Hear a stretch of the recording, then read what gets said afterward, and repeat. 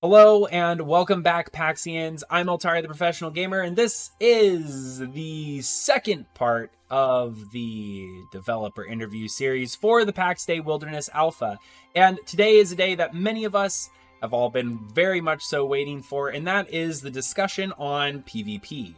Last week, we had a very long 30-minute discussion on various aspects of combat and what Pax Dei is. And if that's something that you haven't seen yet, I highly recommend that you go and watch that before you come over to this. Why? Because PvP is about combat, and the whole last section was about combat, so I want to make sure everyone's on the same table there and know what we're talking about. But that video is going to be linked down below, so do check it out.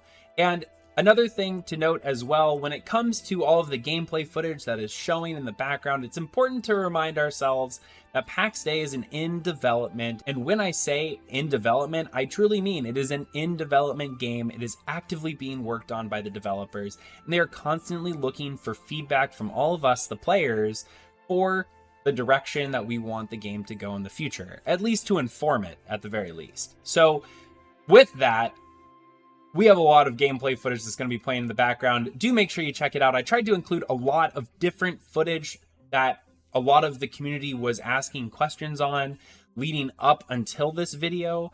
So hopefully that helps settle any debates or maybe start some new ones, who knows. But for today, we are going to be joined back again by Peter and Solka, as well as myself giving the interview on PvP. We have several more interviews to go, some on crafting, some on exploration, and those are coming in the next couple of Fridays leading up until the release of the Wilderness Alpha on the 23rd. So if you haven't done so, do go over to playpaxday.com and make sure that you're signed up for the Alpha. You have until April 15th to do that. As well, make sure you link your Discord with your PlayPax Day account. That's going to increase your chances significantly.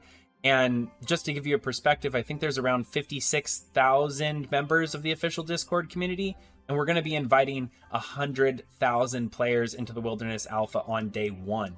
So if you want to increase your chances, that's the best way to do it. Now I'm going to hand it over to Peter as well as Sulka. Both of these guys are really passionate about the game. They're really knowledgeable about it.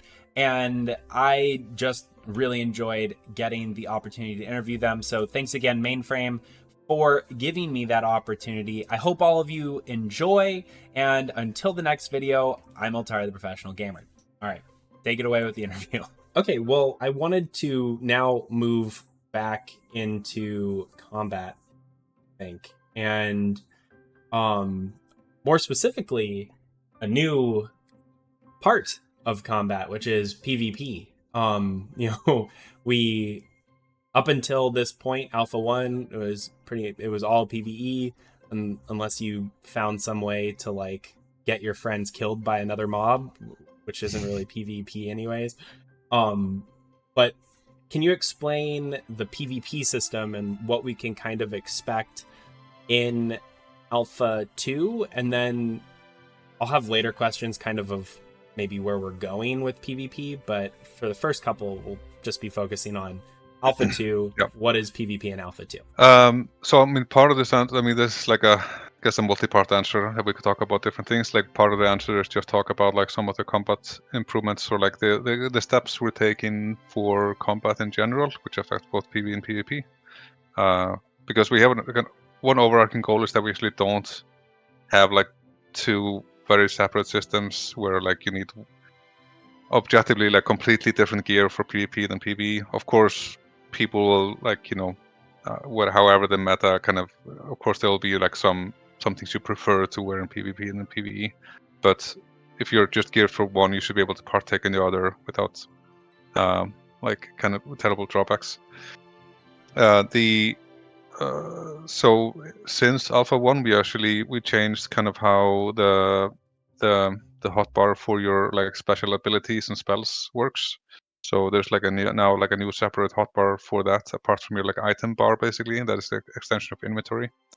So we have like 5 dedicated slots for like activated abilities or spells, and 2 dedicated slots for like special attacks or special abilities from your weapons. It's actually something we didn't talk about in the interview earlier. We were kind of reworking all of the weapons so that each kind of weapon type, like a one-handed axe versus two-handed versus like a one-handed club versus a spear or whatever, that they have different kind of normal kind of combo attack sort of attack sequences, basically, with like a different rhythm and different damage type and stuff like that. And that we're also giving like all of the weapons like a special attack that goes onto those slots.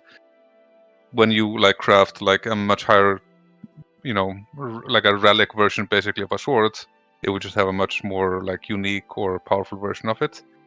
But at least at the baseline, just if you have a sword and a shield, that you can do your like attack combos, you can block, you can like deflect attacks, you can do your special like shield bash, and you have like some special attack on the sword that is different than if you're having like a club or whatever. So at least kind of those kind of basic mechanics are going to change a lot how you fight in PvP from before. I mean, we didn't have PvP before, but so that's mostly kind of on the combat side, I guess. The other part of the question is what we talked about earlier. Like we're introducing like there's a new region that you can access from any of the other kind of provinces. And that province is our kind of test bed for PvP mechanics and like getting feedback from our players on where they would like to see PvP go, and like as a baseline for us to kind of communicate what we want to do with it in the future. That region called Lionesse is very abundant of like certain like high quality resources that you can gather. You can still find those resources elsewhere, but it just has like some concentrated spots where it's very lucrative to go and actually gather them. And it can also work like as a shortcut between the provinces. So like depending on where you are, it might be faster for you to travel through Lyonesse to get to a different province than if you take like a normal route. So it's set up in a way where nobody has to do PvP. You can progress and do everything in the game without needing to do PvP, but it has some advantages that you can kind of risk your life and gear for, because it is very hardcore. Like it's full loot in that region. In regards to that when you say full loot, that means everything that a player has in their inventory, everything that they have equipped, is all completely lootable in It's all Lioness? completely lootable. Yep. Nice. So basically want to start from like a very hardcore like stage and then like start introducing more ways for people to kind of so the future vision of the PvP is going to be that we do want to like in the future add more gameplay that will enable people to participate in PvP if you don't want to participate in the most hardcore of the experiences.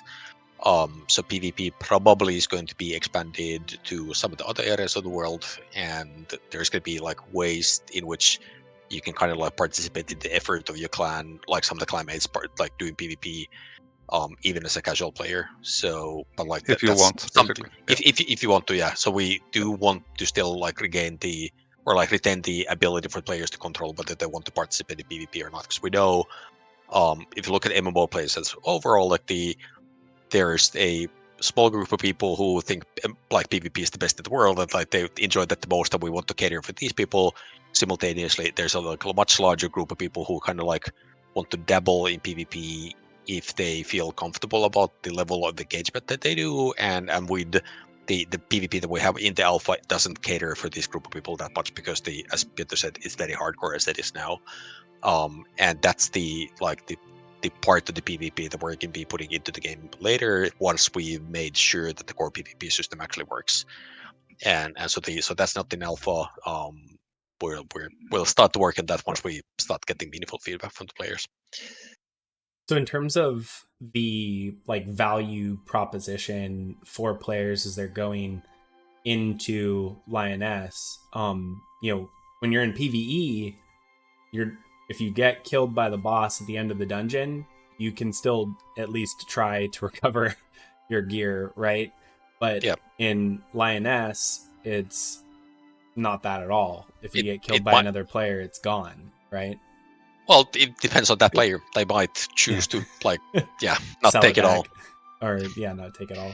So then, in terms of that, what's the value for players to really incentivize them going to this region right now? Like, where's the benefit to risking it all, essentially? Or is it more so just like, I need to go and flex on my peers, so I'm gonna go to the PvP zone? Yes. So as Peter said, there's a bunch of resources there that are like there's a couple that it's only available in the PvP area, so that you literally can't get it from elsewhere.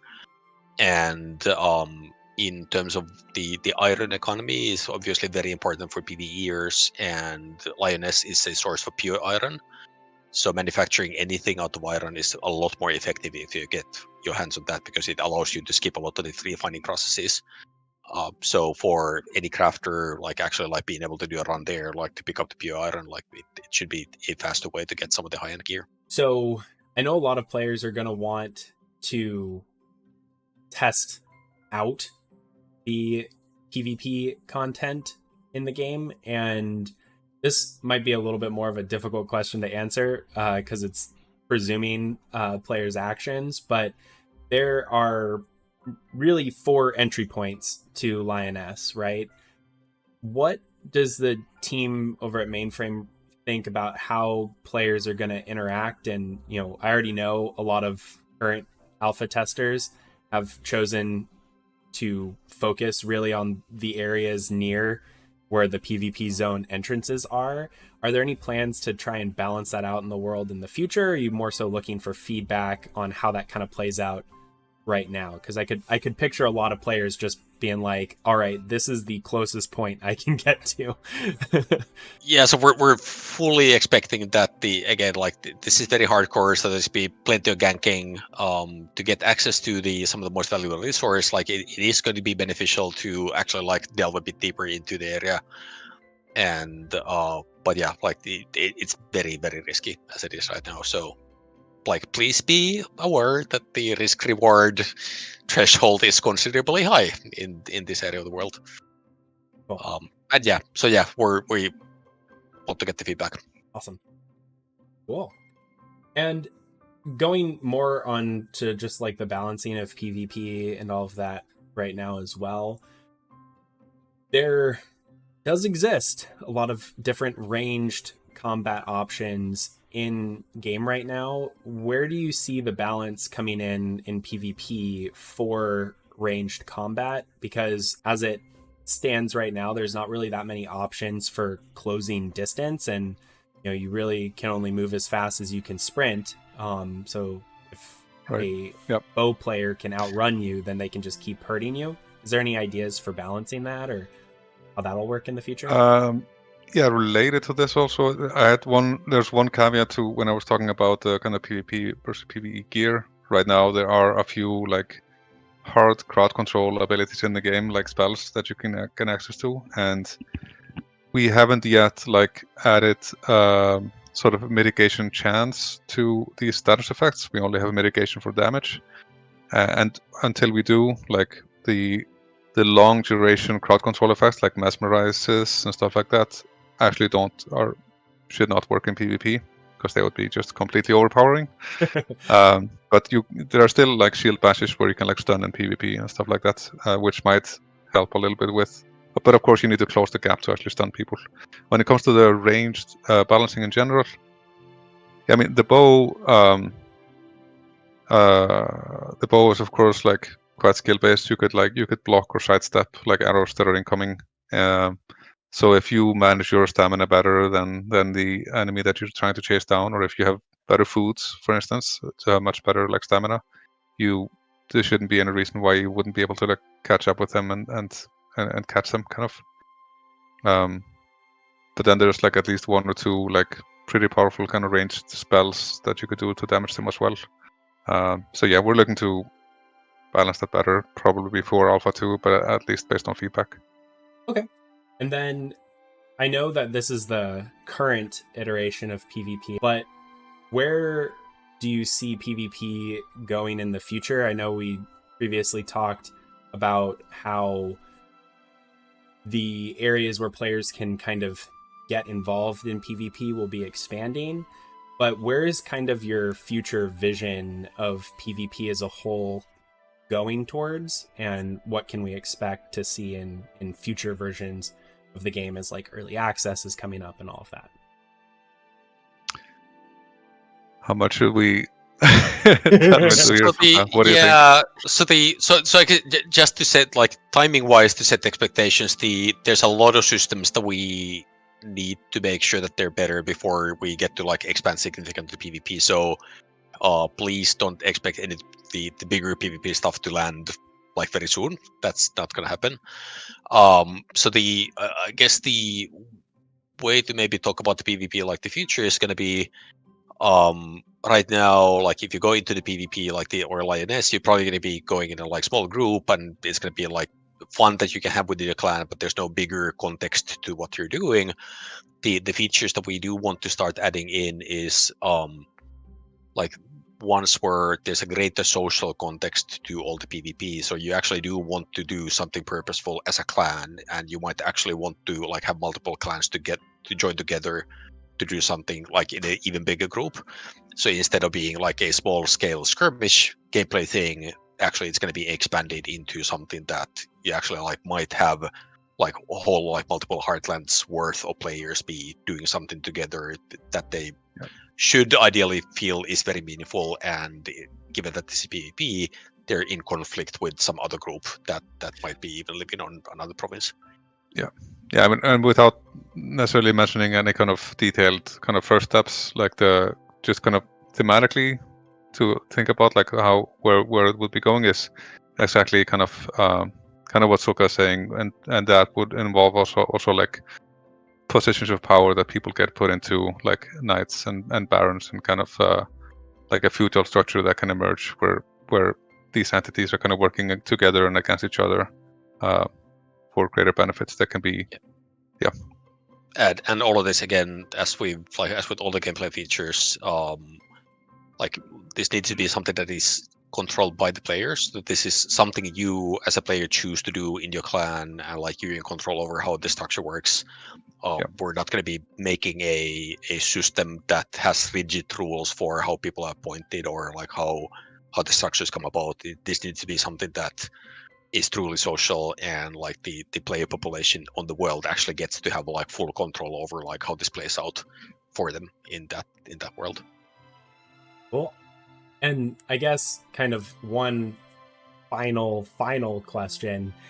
When it comes to PvP, a lot of times the question comes in, how does the balance of the number of players of one clan get balanced with the number of players of another clan? In other words, you know, if there's some really big streamer like, I don't know, Asmongold or something like that, who comes in and he has 100 people following him around, is there eventually a point where that, like, how is the team planning on balancing things like that in its current iteration? Is there any kind of balance for that?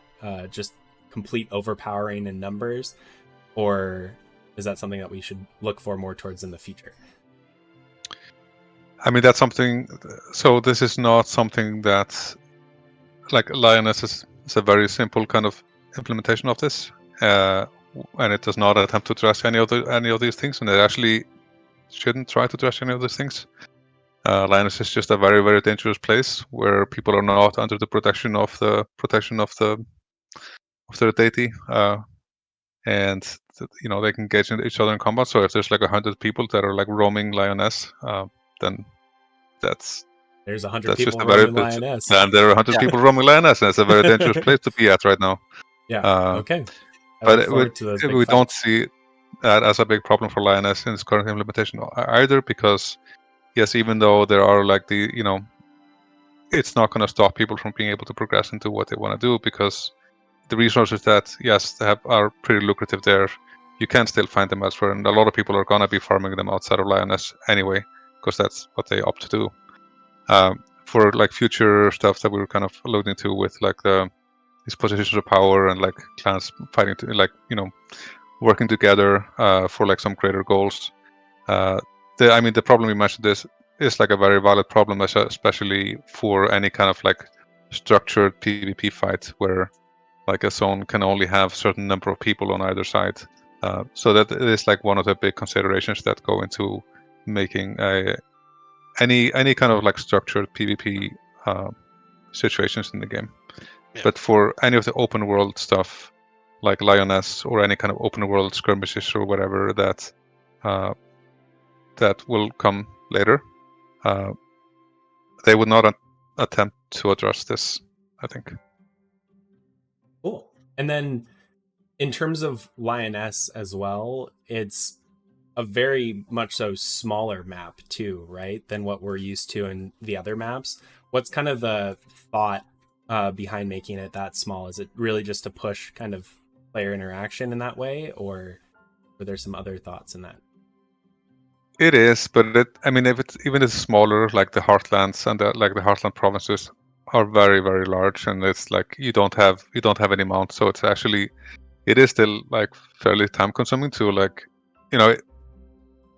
but I mean we're open to feedback for it, but I feel like Lioness is still vast enough where traversing it and finding certain spots and whatever is it's effort.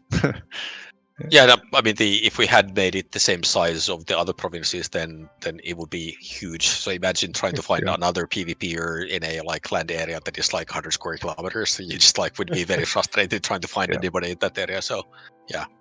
Yeah, the size of the Heartland provinces are very large because they need to be able to kind of facilitate like villages and buildings and the kind of trade routes happening, and so the size there like matters and makes that more meaningful. Cool. All right. Well, thank you all for taking the time to answer all of these questions. I know we've gotten through quite a bit of them. All right, and that is all that we have for today's interview. Thanks again, Pedro and Solka, for joining us and doing this huge 2-hour interview. As I said at the very beginning of this video, if you haven't checked out all of our other videos in this interview series that I did with the developers over at Mainframe, do check that down below. We also have a playlist for all of the videos associated with this. There is still so much more to cover in the coming weeks, so if you haven't done so, please do hit that subscribe button so that you can get notified whenever we post any new information about PAX Dei. Like this video if it's the type of content you enjoy, and share with any of your friends who might be interested in PAX Dei. Until the next video, most likely the PAX Friday review, I will see you next time.